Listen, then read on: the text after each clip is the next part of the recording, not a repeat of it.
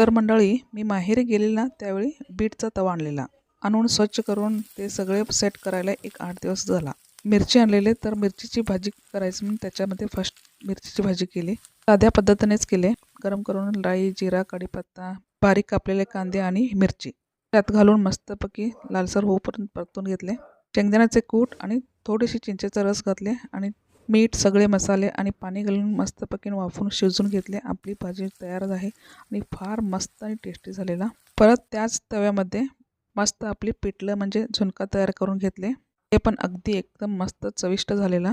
मग त्यामध्ये सगळे स्वच्छ धुवून भाकरी करून घेतले. आधी एक लहानशी भाकरी करून घेतली. म्हणतात चुलीला थोडे तरी नैवेद्य पाहिजे म्हणून नैवेद्य दाखवले आणि आपली भाकरी बनवली. छान मस्त आले. बीड तव्याचा जे काही स्वाद आहे भाजी आणि भाकरीमध्ये मस्तच झालेला. खरंच जिभेला एक वेगळीच चव मिळाली. हे बघा किती छान आणि मस्त झाले. सबस्क्राईब करा आता.